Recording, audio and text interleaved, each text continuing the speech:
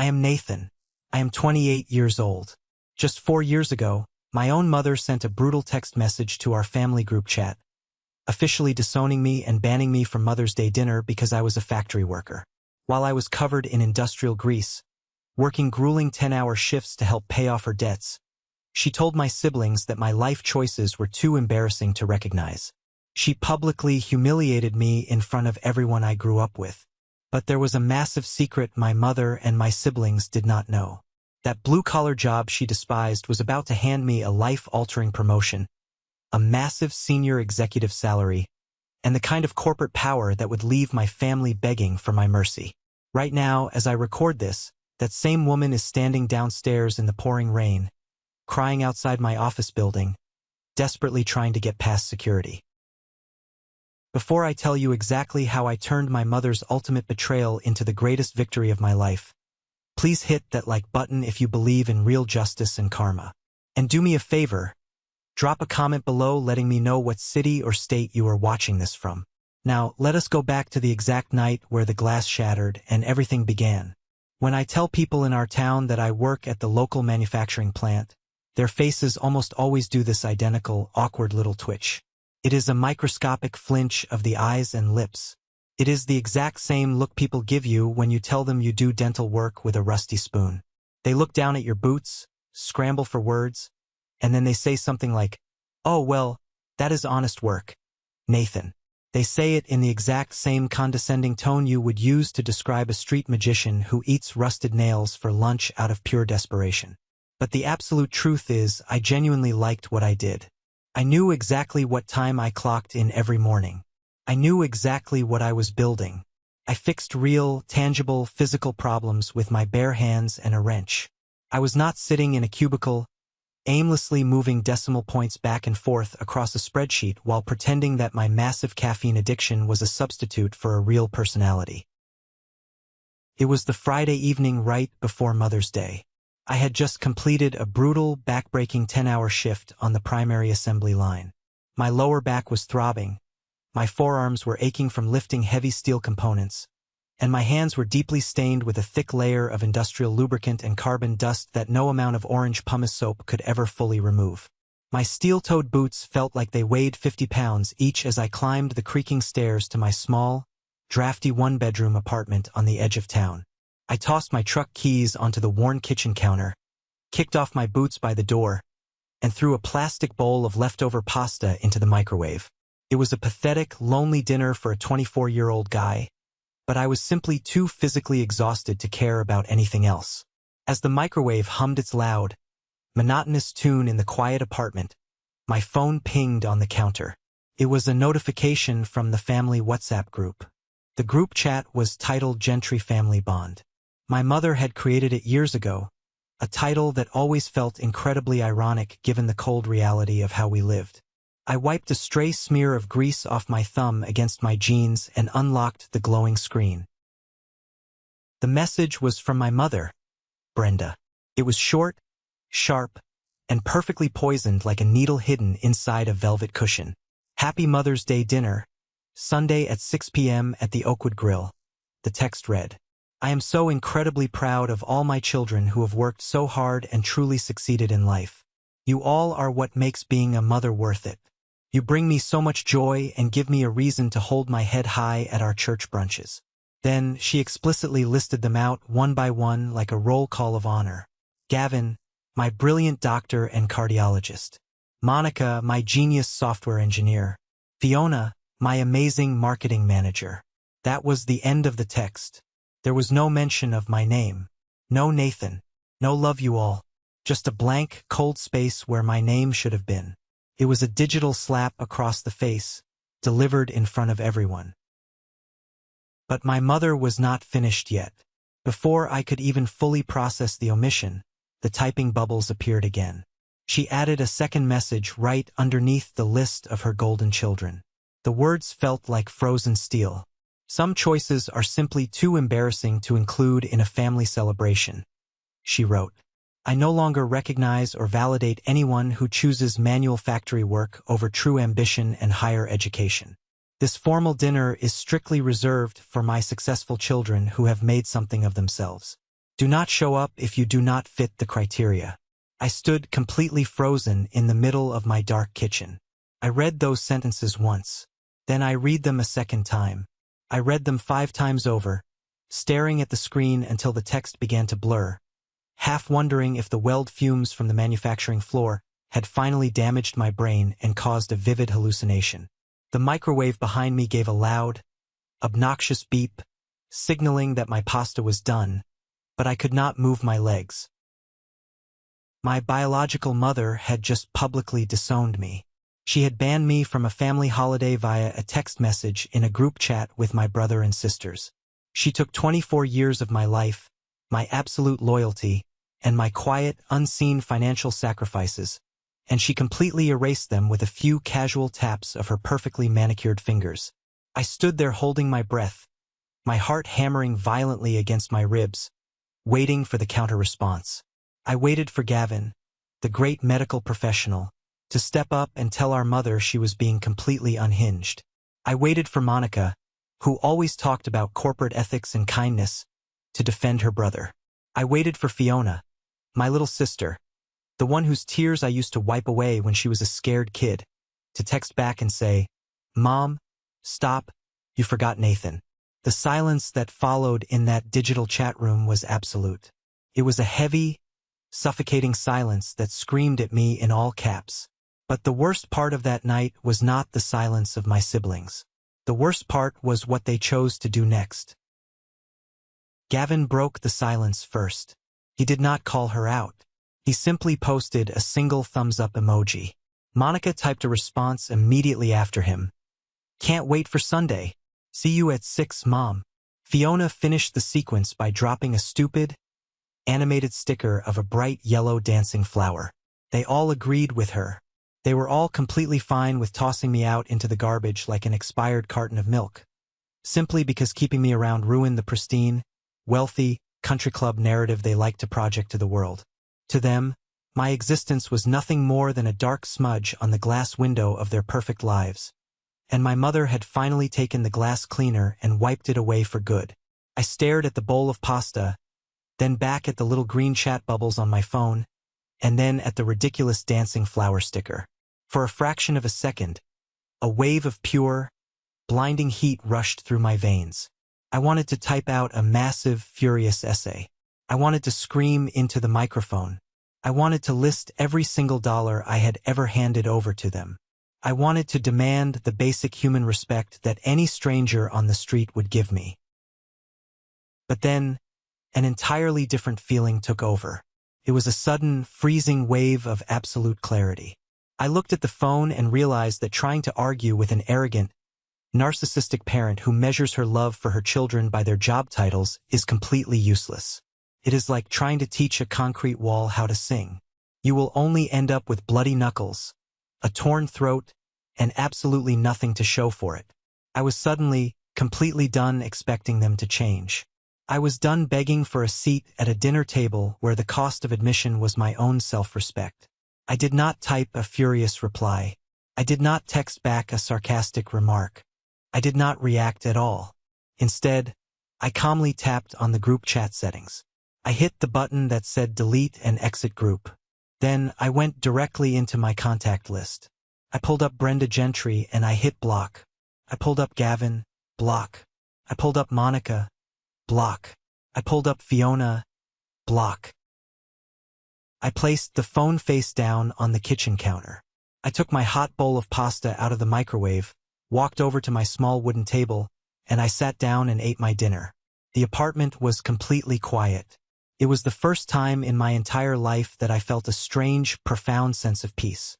I did not know it at the time, but that horrific text message was actually the greatest gift my mother had ever handed me. It freed me from the prison of her expectations. I thought that was the absolute lowest point of my family's cruelty. I was so incredibly wrong. To truly understand how a biological mother can completely discard her own son over a blue-collar job, you have to look at the deeply rotten soil that our family tree was planted in. My mother's cruelty did not just materialize out of nowhere on that Friday night before Mother's Day.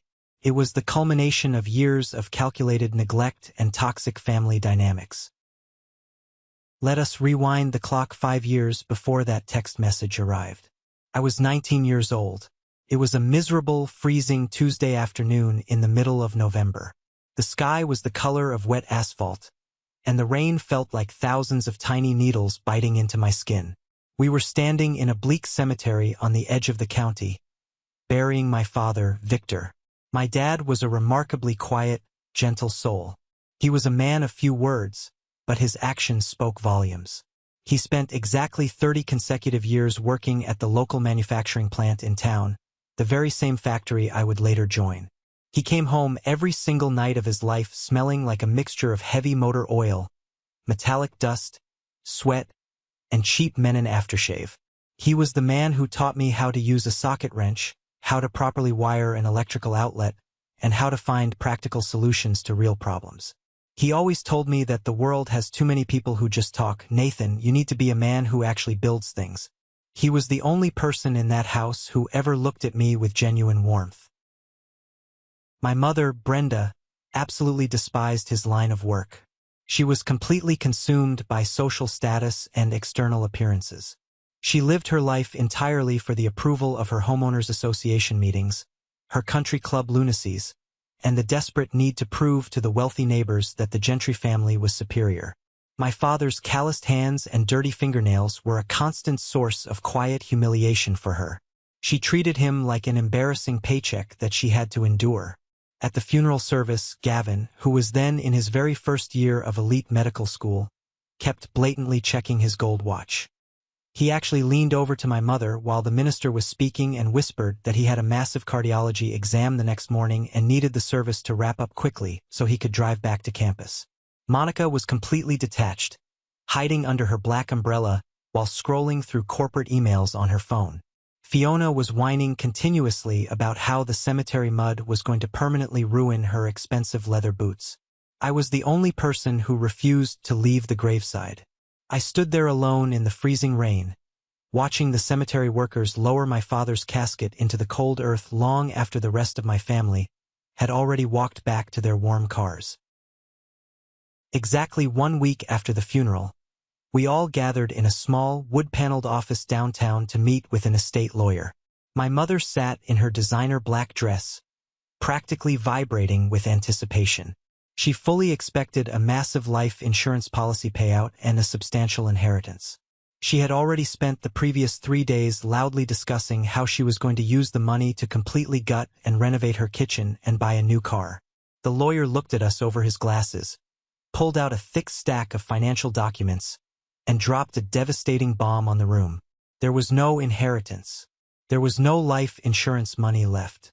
My father had been secretly taking out massive personal loans and draining his 401k for the past 7 years just to quietly pay off my mother's astronomical credit card debts and fund Gavin's incredibly expensive off-campus luxury apartment and tuition. The entire estate was deeply in debt. In fact, the lawyer told us flatly that the family home, the real estate my mother cherished above all else, was facing immediate foreclosure by the bank within 90 days if someone did not start paying the massive monthly mortgage immediately. At that exact moment, I had a full-ride academic scholarship waiting for me at the state university. My bags were packed, and I was supposed to leave for college in less than 2 months to study engineering. I sat there and looked across the table at my older brother. I can't possibly drop out or take a gap year from medical school, Gavin said immediately, crossing his arms and scoffing. My future as a surgeon is far too critical to the family name. Nathan, you and Mom are just going to have to find a way to figure this out. Monica chimed in next, claiming she was just a low-earning junior intern at her tech firm and couldn't contribute a single dollar toward the mortgage without ruining her own financial plan. I looked at my mother's pale, panicked face. Despite her flaws, she was my mother, and the memory of my father was still fresh in my heart. I knew what my dad would have done. He would have protected the family. So, I made a choice that changed the entire course of my life. The next morning, I walked into the financial aid office at the university, formally canceled my college fund allocation, and officially surrendered my full-ride scholarship.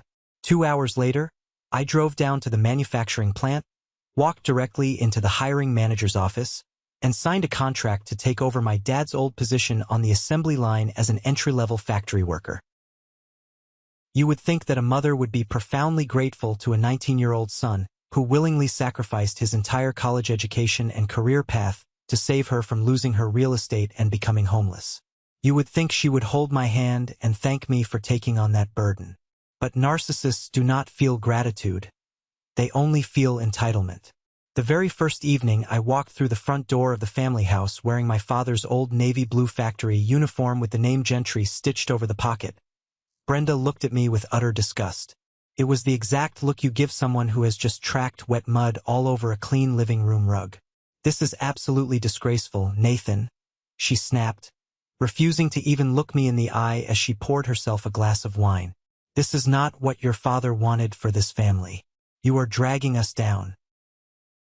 I am literally paying the mortgage that keeps this roof over your head." "Mom," I said, my voice incredibly tired, "I am the only reason the bank hasn't evicted you. You are embarrassing me to death," she shot back, her voice rising in anger. "What am I supposed to tell my friends at the Sunday brunch? That my youngest son is a grease monkey who sweeps factory floors? Gavin is going to be a brilliant cardiac specialist. Monica is climbing the corporate ladder. And you? You are a walking blemish on our family's reputation." From that specific day forward, I became a complete ghost inside my own childhood home.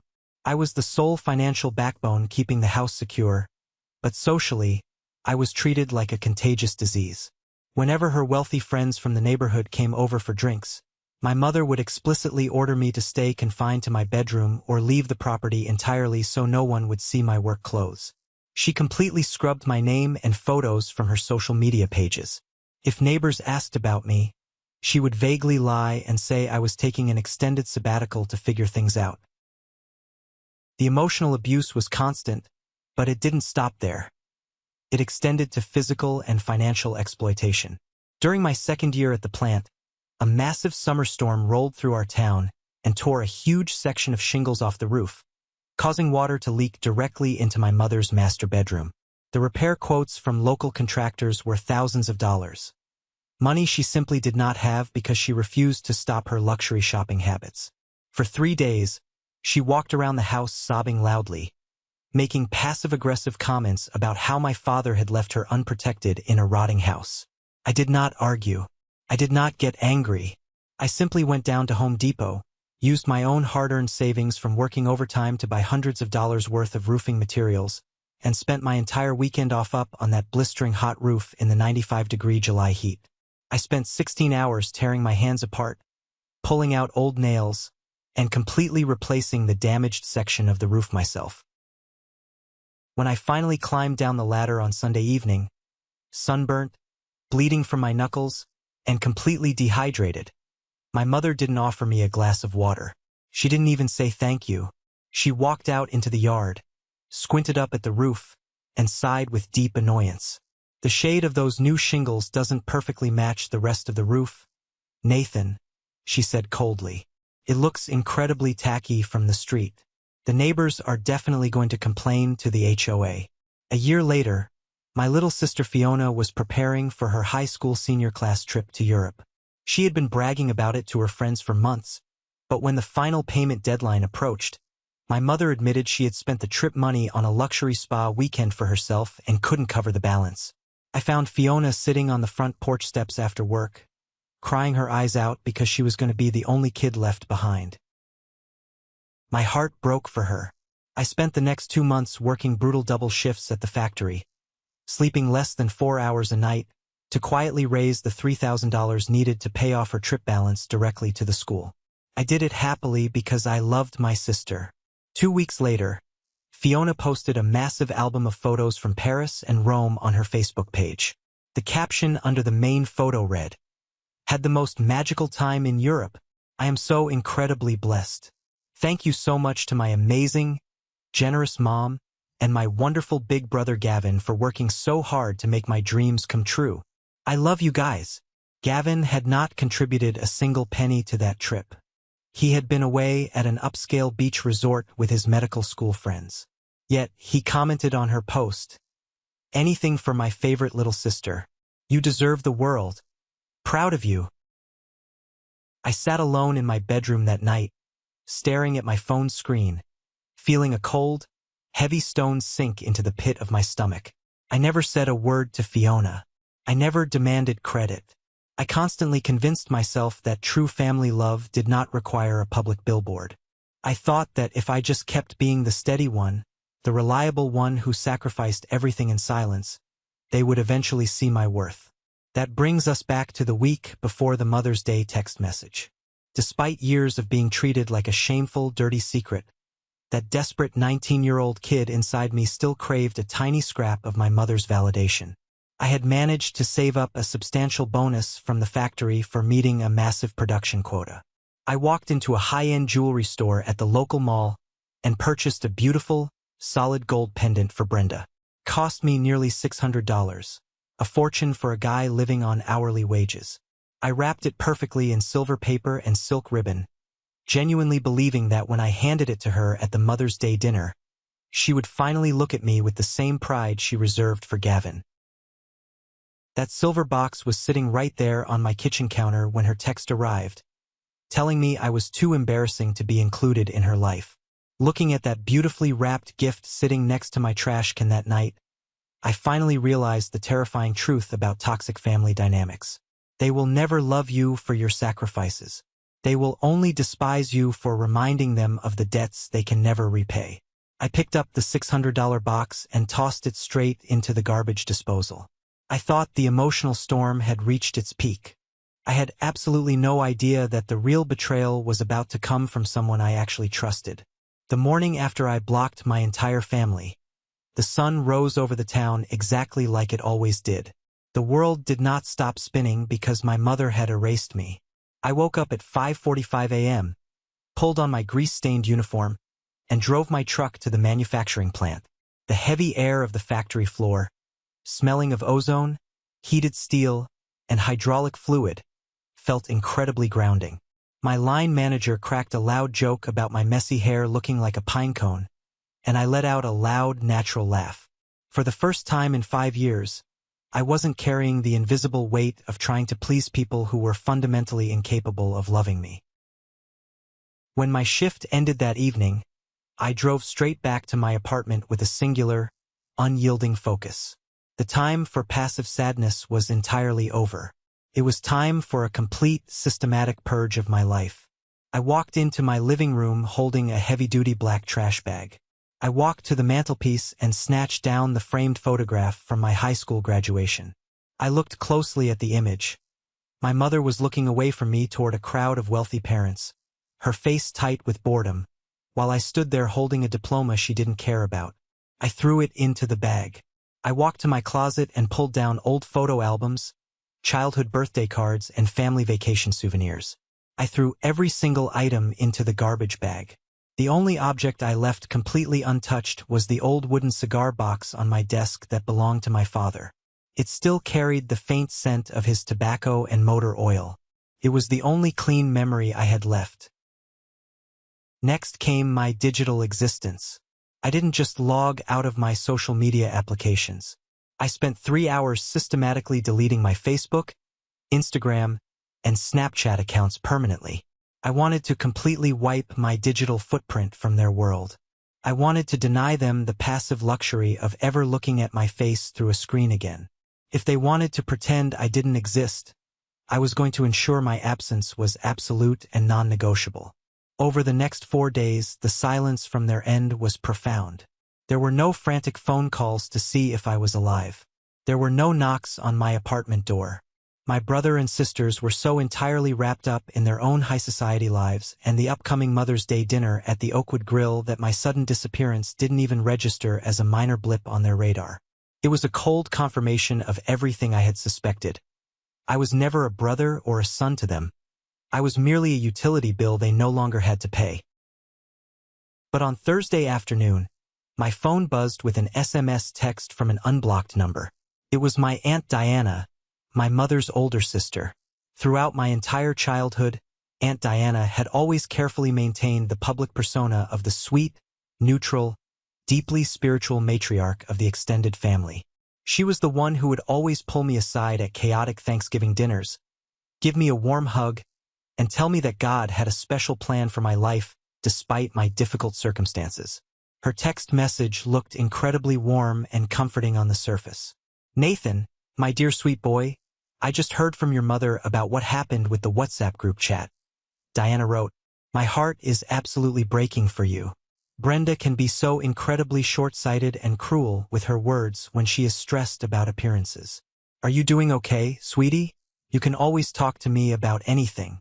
Please tell me you aren't too hurt. Are you planning on coming to town this weekend? I am always here to listen to you." For a brief, vulnerable second, the lonely, rejected kid inside my chest wanted to break down. I wanted to type out a massive response to her. I wanted to pour out all the built-up pain, the exhaustion, and the absolute horror of being publicly discarded by my own mother. My thumbs were literally flying across the screen, and I had already written 3 long paragraphs detailing how much I was hurting. Before my thumb could hit the send button, my phone vibrated again with a notification. It was a direct multimedia text message from Julian, a distant cousin on my father's side who lived a few towns over. Julian was a notoriously clumsy, tech-illiterate guy who was constantly sending messages to the wrong contacts or clicking on spam links. I tapped open the message from Julian. It was an image file, a screenshot of a private Facebook Messenger group chat that included Julian, Aunt Diana, and my mother, Brenda. Julian had obviously meant to send this screenshot to his own wife to gossip, but in his usual hurried, careless manner, he had accidentally sent it directly to me. I zoomed in on the glowing text conversation between my mother and Aunt Diana, dated just 20 minutes prior. "Diana, I just texted Nathan the usual sweet talk message to see how pathetic and broken he's acting right now. Don't worry, Brenda. I'll find out if the idiot is planning to show up at the Oakwood Grill on Sunday to cause an embarrassing scene. I'll keep him distracted and talking to me so he stays put in his apartment. Brenda, my mother, thank you so much. Diana, you are a lifesaver. He is always so incredibly dramatic and desperate for attention. Let me know the second he texts you back crying so Gavin and the girls can have a good laugh about it during our appetizers on Sunday. He honestly thinks his little factory job makes him a martyr." The air completely left my lungs. I sat there in my truck in the factory parking lot, staring at the screen while a cold, lethal numbness crept from the tips of my fingers all the way to my heart. The betrayal hit me infinitely harder than my mother's original text. Aunt Diana didn't care about my well-being at all. She was an emotional spy, a snake sent into my life by my mother to gather intelligence and extract my pain so they could use it as entertainment over expensive steaks and wine. They wanted to consume my suffering like a side dish. Every single drop of sadness inside me instantly evaporated, replaced by a massive, impenetrable wall of absolute contempt. I slowly deleted the long, emotional paragraph I had spent 10 minutes writing to Diana. Instead, I took the screenshot that Julian had accidentally sent me, attached it directly to the message thread with Aunt Diana, and typed a single final response. "You are absolute garbage. Enjoy the dinner." I hit send. Before she could even attempt to type a panicked, backpedaling excuse, I blocked her number permanently. I then drove straight down to the local Verizon store, walked up to the counter, paid the administrative fee, and officially changed my actual phone number to a completely unlisted private line. I didn't notify a single cousin, aunt, or family friend. I completely severed the digital cord. I was officially dead to their world, and they were completely dead to mine. From that exact night forward, I stopped being a victim. I transformed myself into a machine of pure, silent ambition. I realized that if my family wanted to look down on me for being a factory worker, I was going to become the most dangerous, highly educated asset that manufacturing plant had ever seen. I stopped wasting time. I came home from my 10-hour shifts, bypassed the television entirely, and spent 4 hours every single night watching advanced tutorials on industrial power systems, fluid dynamics, electrical theory, and advanced mechanical design. A month later, I walked into the admissions office at the local technical college and enrolled in their night program for advanced industrial systems operations and management. I paid the tuition out of my own pocket using every single dollar of my saved overtime pay. Every Tuesday and Thursday evening, I would clock out of the manufacturing plant, wash the heavy industrial grease off my face in the locker room, and drive straight to campus. I sat in the back row of those classrooms in my heavy steel-toed boots, my worn factory hoodie, and my knuckles permanently stained with ink and carbon. I was surrounded by kids 10 years younger than me who looked at me like I was someone's creepy uncle visiting the class. I didn't care about their looks. I was the guy drinking bitter black coffee out of a dented thermos, taking meticulous notes until my wrists cramped. There were brutally difficult nights during those years. There were winter nights where the temperature dropped below zero. My muscles were aching from lifting heavy machinery during the day, and my eyes were burning so severely from exhaustion that I could barely read the schematics in my textbooks. There were moments where I would sit at my desk, look at my father's old cigar box, and feel an overwhelming urge to unlock my phone, call my mother, and beg for her to just love me again. But every single time my resolve began to waver, I would open that wooden box, pull out the printed copy of her Mother's Day text and the screenshot of Aunt Diana's betrayal, and look at them. The pain would immediately turn into a freezing, ironclad discipline. I wasn't working to prove my family wrong anymore. I was working to completely erase their power over my future. I was building a fortress, and I was doing it entirely in the dark. The factory floor is a living, breathing ecosystem of iron, steel, and human psychology. If you spend enough consecutive years there, you learn to read the machines better than you read people. You learn the exact pitch of a conveyor belt when a bearing is about to fail, and you learn the exact shift in atmosphere when human jealousy is about to turn toxic.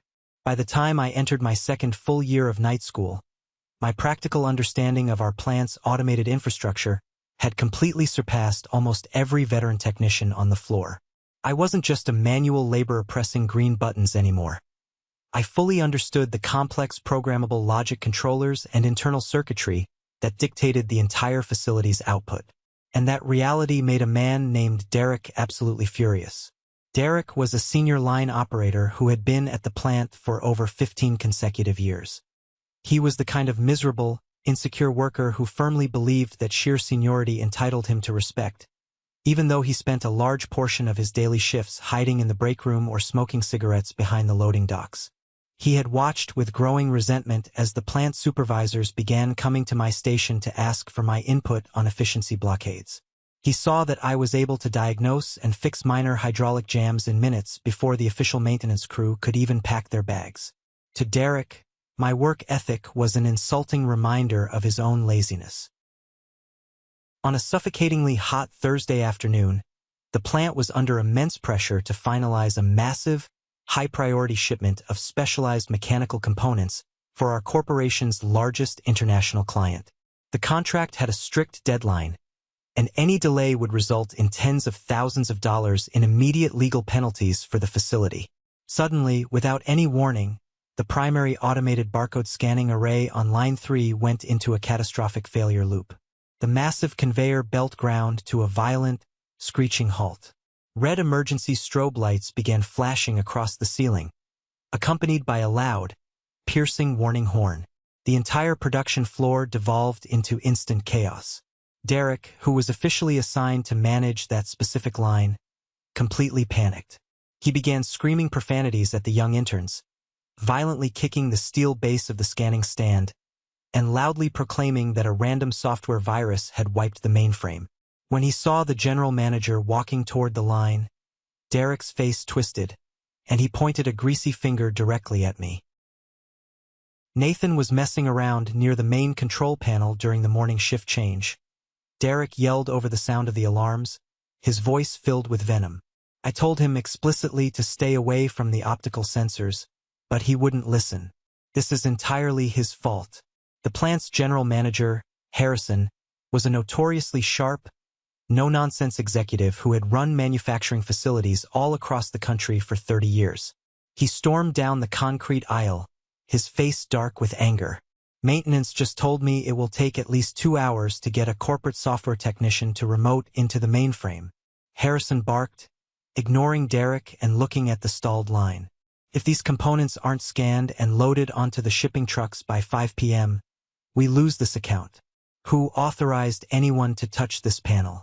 2 years prior, the old, insecure version of Nathan would have stuttered, turned bright red, and desperately tried to plead his innocence while looking completely guilty under the pressure. But the man standing there today had spent hundreds of hours in dark classrooms mastering this exact machinery. I stepped past Derek, walked right up to Harrison, and looked him directly in the eye. "The mainframe isn't crashed, sir," I said, my voice completely calm and level. "Give me exactly 5 minutes with the terminal." Harrison narrowed his eyes at me, studying my face for a long, tense second. Derek began laughing nervously in the background, shouting that I was going to permanently break $1 million system. "Do it," Harrison commanded flatly, cutting Derek off with a sharp wave of his hand. "You have 5 minutes, Gentry. If it goes completely dead, you're fired before you walk out the door." I immediately walked over to the primary terminal housing. I pulled a small digital multimeter and a specialized diagnostic cable from my work pocket. I completely bypassed the locked user interface screen, opened the raw command prompt of the system, and began typing lines of code. I knew exactly what had occurred. Derek had intentionally reached behind the sensor housing and manually altered the optical frequency alignment to create an artificial data loop, fully intending to pretend he fixed it later to look like a hero. But he didn't realize his actions would trigger a hard systemic lockdown. I quickly rewrote the localized sensor parameters, cleared the corrupted data cache from the server, and executed a forced manual restart of the line's internal logic board. It didn't take 5 minutes. It took me exactly 3 minutes and 14 seconds. The flashing red strobe lights instantly shut off. The piercing warning horn fell dead. The massive conveyor belt gave a low hum and lurch forward, and the automated scanners began cheerfully chiming in rapid succession as hundreds of component boxes began rolling seamlessly through the gate. The entire production floor was dead silent. The operators stared at the moving line in absolute shock. Derek stood there, his jaw completely open, his face draining of all color as he stared at the screen. Harrison looked at the rolling line, then looked down at the command prompt on the monitor, and then turned around to face me. His expression was completely unreadable. "Gentry, my office. Right now," Harrison said, turning on his heel and walking toward the iron stairs. I wiped my hands on a shop rag and followed him up to the glass executive suite that overlooked the entire facility. I fully expected to receive a formal written reprimand for bypassing corporate security protocols. Harrison sat down behind his massive desk, crossed his arms, and stared at me for a long time.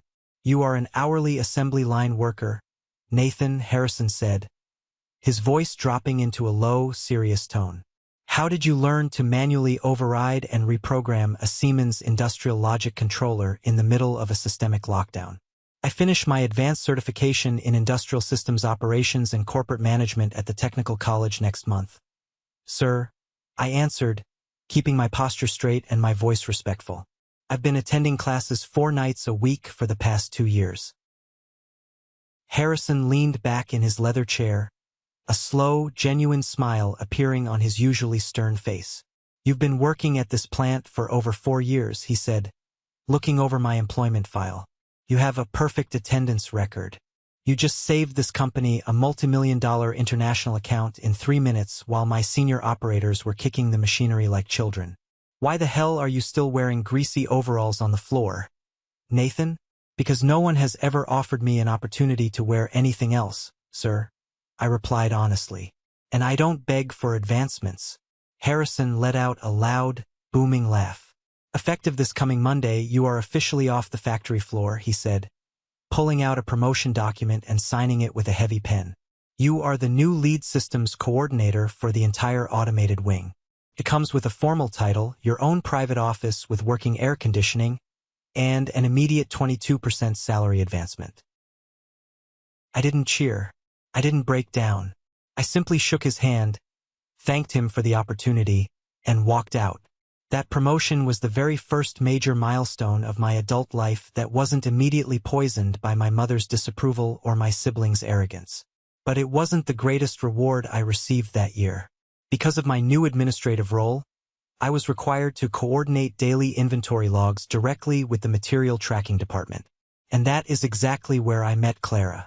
Clara was entirely different from any woman I had ever encountered.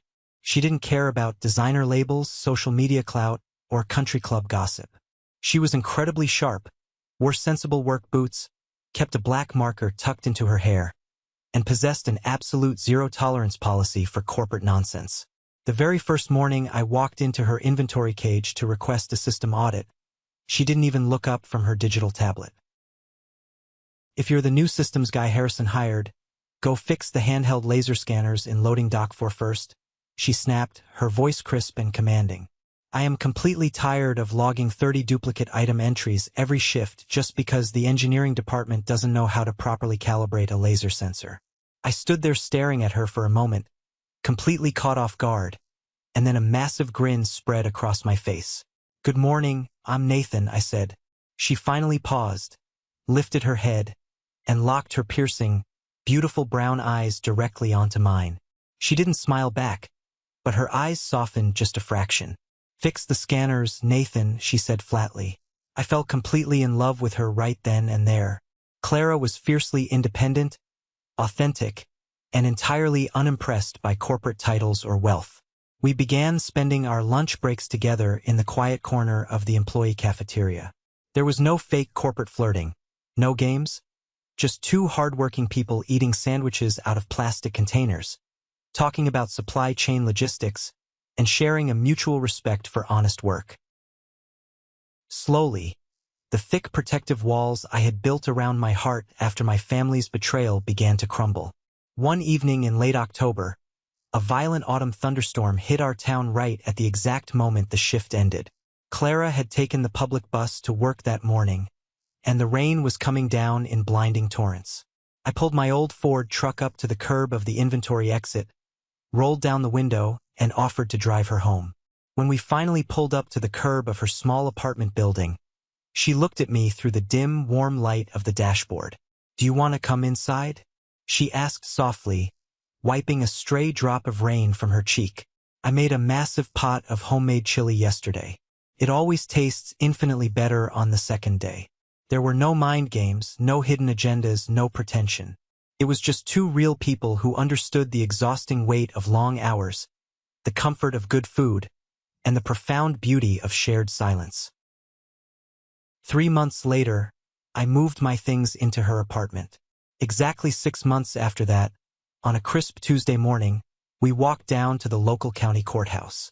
We paid the administrative fee, signed our marriage license, and got married right there in front of a justice of the peace. She wore a simple, elegant white dress she bought on sale, and I wore the only decent suit I owned. There were no expensive venues, no arrogant family members, no country club drama. We celebrated our marriage by ordering a large pizza and sharing a $10 bottle of red wine while sitting on our living room floor. As we were eating, Clara reached over, placed her hand over mine, and looked at me with deep sincerity.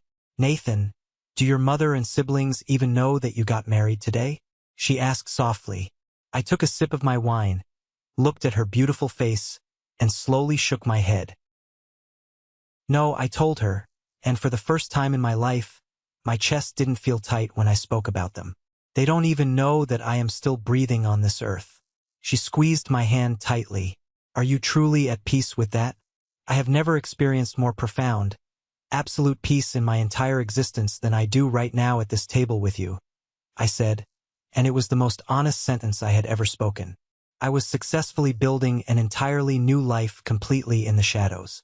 I was rising rapidly through the corporate ranks of the corporation, my salary was growing, and I had a remarkable woman who loved me for my character, not my job title. As far as Brenda, Gavin, Monica, and Fiona knew, I was still just a pathetic, low-class factory worker rotting away in shameful obscurity. But a fire that burns that bright in the dark cannot remain hidden forever. I was about to step completely out of the shadows, and when the light finally hit my new life, the absolute blast radius of my success was going to permanently shatter my mother's perfect world into a million pieces. The next 4 years of my life became a masterclass in silent, absolute, and relentless execution.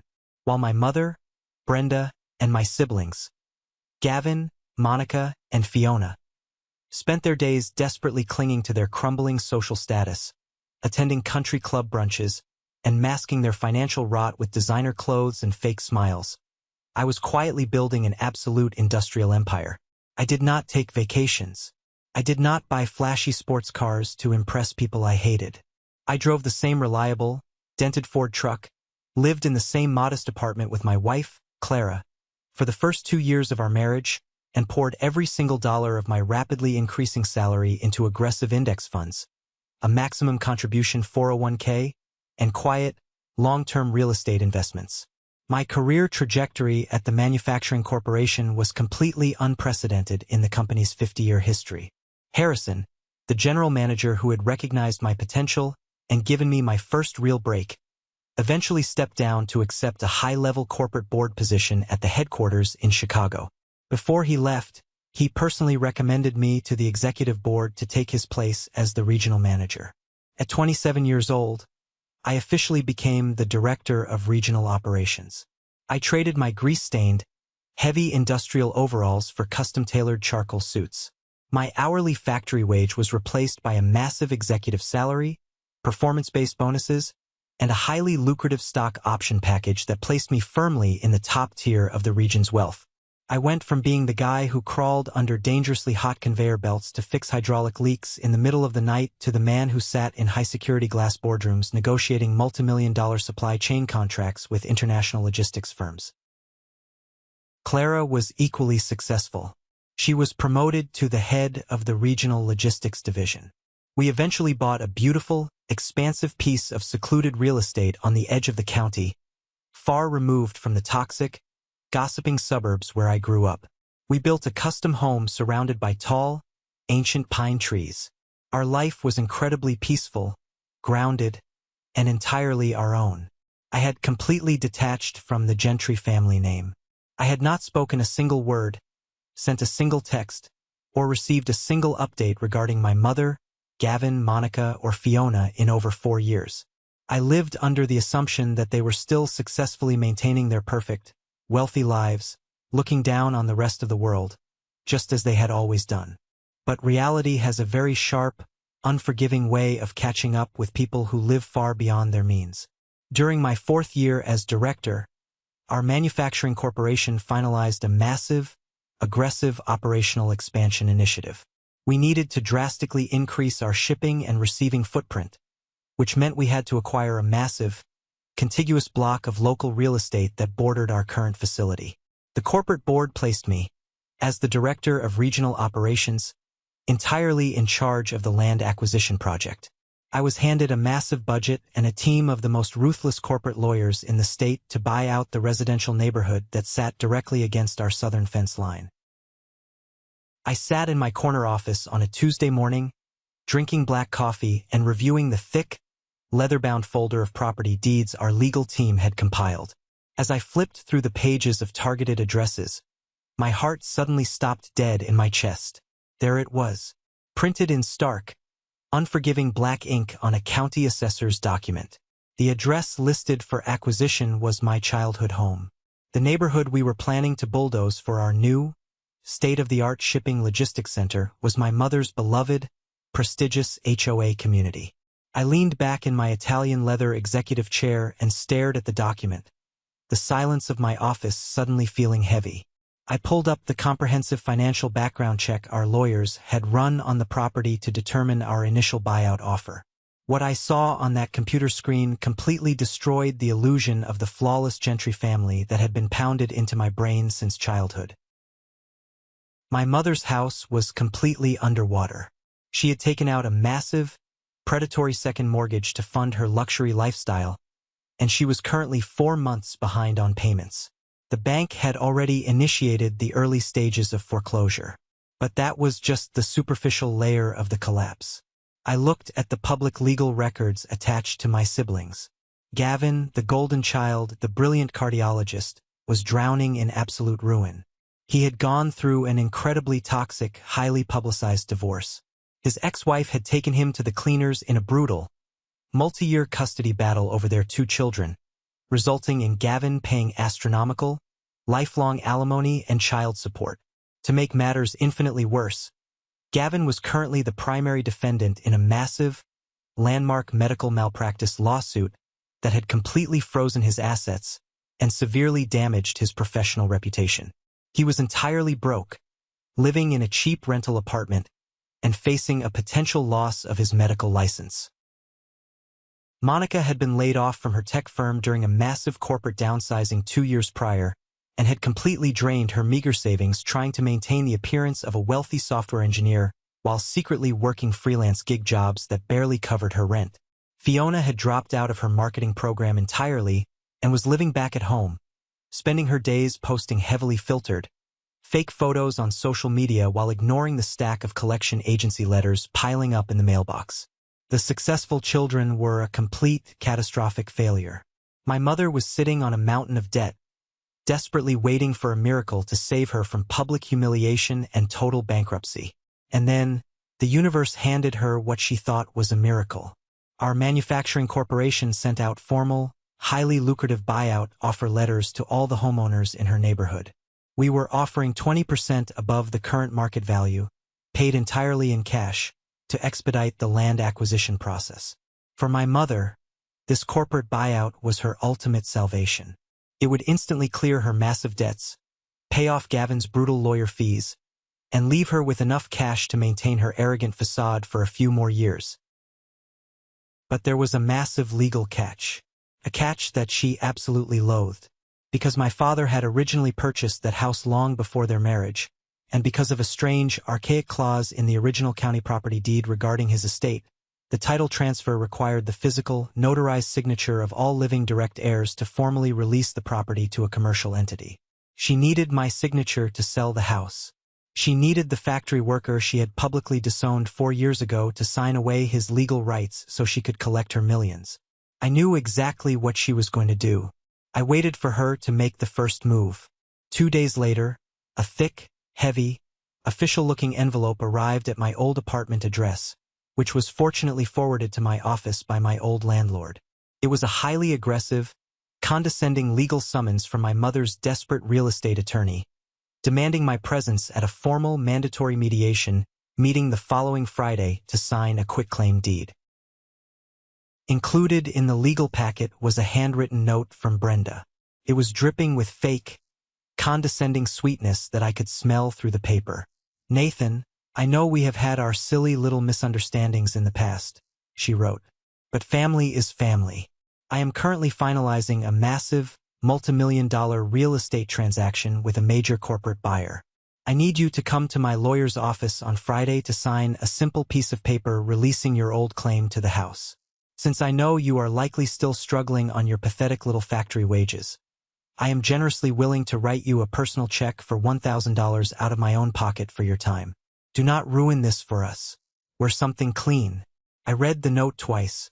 A slow, cold, and razor-sharp smile spread across my face. I looked out the massive glass window of my office, overlooking the sprawling, bustling factory floor below. She honestly still believed I was a greasy mechanic struggling to pay rent. She believed she held all the power. She believed she could summon me like a disobedient dog, toss me a bone, and use my signature to save her crumbling empire. I picked up my desk phone and called my lead corporate counsel, a ruthless, brilliant lawyer named Marcus. "Marcus," I said, keeping my voice entirely steady, "I need you to draft a very specific corporate response regarding the Gentry property acquisition on Elm Street, and clear your schedule for this Friday afternoon. We are going to a family meeting." The law office of my mother's attorney was located in the wealthy, historic district of the city. It was the kind of desperate old-money establishment that featured dark mahogany conference tables, heavy velvet curtains, and an overwhelming smell of expensive floor wax and stale arrogance. It was designed entirely to intimidate people who didn't have money, a trap for the vulnerable. I arrived exactly 10 minutes late, just to set the tone. I did not wear one of my tailored executive suits. I wanted to give them exactly the version of me they expected to see. I wore a plain, slightly faded black t-shirt, a pair of worn denim jeans, and the same heavy steel-toed boots I used to wear on the assembly line. I left my expensive watch at home, keeping the charade alive until the final second. When I opened the heavy oak door and walked into the main conference room, The entire room went completely silent. My mother, Brenda, was sitting at the head of the table. She was clutching a designer handbag that I now knew she bought on a credit card she couldn't pay off. Her face was tight, covered in a heavy layer of makeup designed to hide the immense stress of her impending financial ruin. Gavin sat to her right. He looked absolutely terrible. The divorce and the massive malpractice lawsuit had aged him 10 years. His hair was thinning. His suit jacket hung loosely on his frame, and the trademark arrogant smirk that used to define his entire personality was completely gone, replaced by a deep, hollow desperation. Monica and Fiona were sitting on the opposite side, aggressively glaring at me as if my mere presence was an insult to their existence. At the far end of the table sat their attorney, a balding, aggressive-looking man named Mr. Vance. "Well, look who finally decided to join the real world," Gavin sneered, his voice dripping with his usual condescension, though it lacked its old power. "Nice of you to take a break from sweeping floors to grace us with your presence, Nathan." I didn't say a single word to him. I pulled out a heavy leather chair at the opposite end of the mahogany table and sat down. I leaned back, crossed my arms, and looked directly at my mother, waiting for the show to begin. "Let us make this incredibly quick, Nathan," Brenda said, her tone sharp and dismissive. "I have a very busy afternoon scheduled. As I explained in my note, I am currently selling the family estate to Apex Manufacturing Solutions. They are a massive, multi-billion-dollar corporation, and they are buying out the entire neighborhood. Mr. Vance has prepared a standard quitclaim deed. All you have to do is pick up that pen, sign your name on the dotted line, and renounce any absurd legal claim you think you have to your father's old equity." Mr. Vance slid a thick stack of legal documents across the polished table toward me. He placed a heavy, gold-plated pen right on top of the paper, like an offering to a peasant. "In exchange for your total cooperation today, Mr. Gentry," Mr. Vance said in a deep, theatrical voice, "your mother has generously agreed to provide you with a one-time, tax-free cash gift of exactly $1,000. Given your current employment status as a manual laborer, I assume this financial windfall will be quite beneficial for you." I looked down at the gold pen. Then I looked up at Gavin. "Is the $1,000 coming out of your account, Gavin?" I asked calmly. "Or is it completely tied up in your massive malpractice lawsuit and your brutal child custody payments?" The entire room instantly froze. The temperature in the conference room seemed to drop 20 degrees. Gavin's face turned paper white. His jaw dropped open, and he stared at me as if I had just struck him with a baseball bat. "How do you know about that?" Gavin whispered, his voice trembling with genuine shock. I ignored him and turned my eyes to Monica. "And what about you, Monica? Are you going to chip in for my $1,000 bonus using the gig economy money you've been making since you got fired 2 years ago?" Monica physically flinched, shrinking back into her heavy leather chair, completely unable to make eye contact with me. Brenda slammed her manicured hands down on the mahogany table, her face flushing a deep, angry crimson. "How dare you walk into this room and speak to your successful siblings that way?" Brenda shouted, her voice echoing off the wood-paneled walls. "You are a disgusting, pathetic factory worker. You know absolutely nothing about the complexities of our lives. You are entirely beneath us. Now pick up that pen, sign the damn document, take your pathetic little check, and get out of my sight before I have Mr. Vance revoke the financial offer entirely." I didn't move. I didn't raise my voice. I didn't show a single ounce of emotion. I simply reached into my back pocket, pulled out my cell phone, placed it on the table, and sent a single text message. 10 seconds later, the heavy oak door of the conference room swung open. My lead corporate counsel, Marcus, walked into the room. He was wearing an immaculate $4,000 bespoke suit. He carried a heavy, locked titanium briefcase. Behind him stood 2 massive corporate security guards wearing earpieces and dark suits. Mr. Vance instantly stood up, his face registering total confusion. "Excuse me, who are you? This is a private, closed-door legal mediation. You cannot be in here." Marcus completely ignored the frantic lawyer. He walked directly over to where I was sitting. He placed the titanium briefcase on the table, clicked open the heavy steel locks, and pulled out a massive stack of highly classified corporate contracts, stamped with the official seal of Apex Manufacturing Solutions. Marcus turned to me and gave a deep, respectful nod. "I apologize for the slight delay, Director Gentry," Marcus said loudly, ensuring his voice carried to every single corner of the silent room.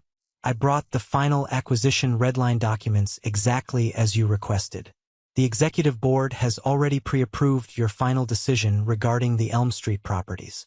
Director Gentry. The words hung in the air like a detonated explosive. Brenda stopped breathing. Gavin stared at Marcus, then looked back at me, his eyes wide with absolute, unadulterated terror. Mr. Vance slowly lowered himself back into his chair, his aggressive demeanor completely evaporating as he recognized the corporate logo on Marcus's documents. I leaned forward, resting my elbows on the polished mahogany table. I looked directly into my mother's terrified eyes. "You told me 4 years ago that my life choices were too embarrassing to include in this family," I said, my voice completely cold and level, stripped of all anger and all mercy. "You told me you only respected true ambition. You threw me away because you thought working in a factory made me garbage." I reached out and pulled the quitclaim deed that Mr. Vance had prepared toward me. I picked up the gold pen, but I didn't sign my name. I drew a massive, thick black line straight through the entire document, tearing the expensive paper. "But there is a funny thing about working in a factory, Brenda," I continued, holding her panicked gaze. "If you actually put your head down, shut your mouth, and learn how the machines work, eventually, they let you run the entire building. I am not a mechanic anymore. I am the Director of Regional Operations for Apex Manufacturing Solutions. My base executive salary is higher than Gavin's was even before he destroyed his medical career. And I am the sole executive officer in charge of the land acquisition project for your neighborhood." Brenda's mouth opened and closed like a suffocating fish. "No," she whispered, her voice cracking violently. "No, that is impossible. You are lying. You are just a line worker." Marcus stepped forward and handed Brenda a thick, legally binding corporate document. "This is an official notice of withdrawal," Marcus said coldly. "Apex Manufacturing Solutions is officially revoking its cash buyout offer for your specific property on Elm Street. Director Gentry has determined that your parcel of land is not strategically necessary for our logistics expansion. We are buying the houses around you, but we are leaving your property completely untouched." The realization of what I had just done hit the room like a physical shockwave. By refusing to buy her house, I was not just denying her a massive financial windfall. I was trapping her in a house she could not afford, surrounded by a massive, loud, industrial shipping zone that would instantly destroy her property value forever. She was going to face total foreclosure. She was going to lose everything. She was going to be completely bankrupt, and there was absolutely nothing she could do to stop it. I stood up from my chair. I didn't scream. I didn't gloat. I just looked at the strangers sitting across from me, realizing they possessed absolutely no power over me anymore. "Enjoy the foreclosure, Brenda," I said quietly. "And Gavin, good luck with the malpractice lawsuit. I hear the legal fees are absolutely brutal." I turned my back on them and walked out of the room, leaving the absolute ruins of the Gentry family behind me in the deafening silence. The immediate aftermath of that conference room meeting was a masterclass in watching a toxic hierarchy completely collapse in on itself. As I walked down the heavy carpeted hallway toward the elevators, I could hear the muffled, chaotic shouting echoing from behind the closed oak doors. I heard Gavin desperately screaming at Mr. Vance, demanding to know if what I had just done was legally permissible. I heard Monica sobbing loudly, but the most distinct sound was my mother. She wasn't yelling in anger anymore. She was wailing. It was the high-pitched, desperate sound of a narcissist who had just realized that the mirror they used to admire themselves had been permanently shattered into a million pieces. By Friday of the following week, the absolute reality of their situation had fully materialized. Our corporation officially closed on the surrounding properties in her neighborhood, effectively turning her pristine, gated HOA community into a highly active, heavy-duty industrial construction zone. Bulldozers rolled in. The value of her house plummeted overnight to a fraction of its original worth, making it completely impossible for her to even sell the property to a private buyer to cover her massive debts. The bank aggressively accelerated the foreclosure process. That was when the desperation finally broke through her pride. It was a Tuesday afternoon. It was pouring rain, the kind of heavy, relentless downpour that turns the sky a dark, bruised purple. I was sitting at my executive desk on the top floor of the Apex corporate headquarters, finalizing a logistics contract with Clara on a secure conference call. My desk phone buzzed. It was the head of building security at the front desk lobby. Director Gentry, the security chief said, his voice laced with professional hesitation. Sir, there is an older woman down here in the main lobby causing a massive disturbance. She is completely soaked from the rain. She is demanding to be allowed up to the executive suites. She claims she is your mother, Brenda Gentry. I paused. I looked out the massive floor-to-ceiling glass windows of my office, watching the heavy rain violently wash over the city skyline. I felt a strange, profound sense of absolute calm wash over my chest. For years ago, the mere mention of her name would have sent my heart rate skyrocketing into a panic. Now I felt absolutely nothing. She was just a stranger standing in a lobby. Did she schedule an appointment with my executive assistant? I asked, my voice completely flat and professional. No, sir, the security chief replied. She has no appointment. We asked her to leave the premises, but she is currently crying hysterically near the turnstiles, telling everyone in the lobby that her son is going to save her house and pay her legal bills. She refuses to step outside. Would you like me to send her up to your floor? I pictured her down there, the woman who had proudly typed out a message to the entire family, banning me from a holiday dinner because the grease on my hands embarrassed her in front of her country club friends. The woman who had deployed Aunt Diana as a spy to mock my pain. The woman who had watched me sacrifice my entire college fund and my youth to save her mortgage, only to treat me like a contagious disease. She had completely discarded me when she thought I was useless, and now that she was drowning in the consequences of her own arrogance, she expected me to be her life raft. No, I said clearly into the receiver. I do not know that woman. Please have security escort her off the corporate property immediately. If she refuses to leave the lobby, or if she attempts to harass the staff, you are fully authorized to call the local police and press formal trespassing charges on behalf of the company. Understood, Director, the chief said, the hesitation completely gone from his voice. We will handle it right now. I hung up the phone. I stood up from my desk and walked slowly over to the glass window. I looked straight down at the street level 30 floors below. A few minutes later, the heavy glass doors of the main lobby swung open. I watched as two large corporate security guards firmly escorted my mother out onto the wet concrete sidewalk. She was completely frantic. Even from that massive distance, I could see her wildly waving her arms, pointing desperately up at the towering glass building, screaming something into the pouring rain. Her expensive designer handbag slipped from her shoulder and fell directly into a deep puddle of muddy water.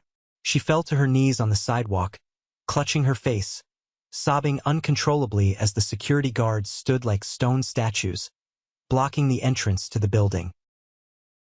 I stood there and watched her for a long time. I did not feel a single ounce of guilt.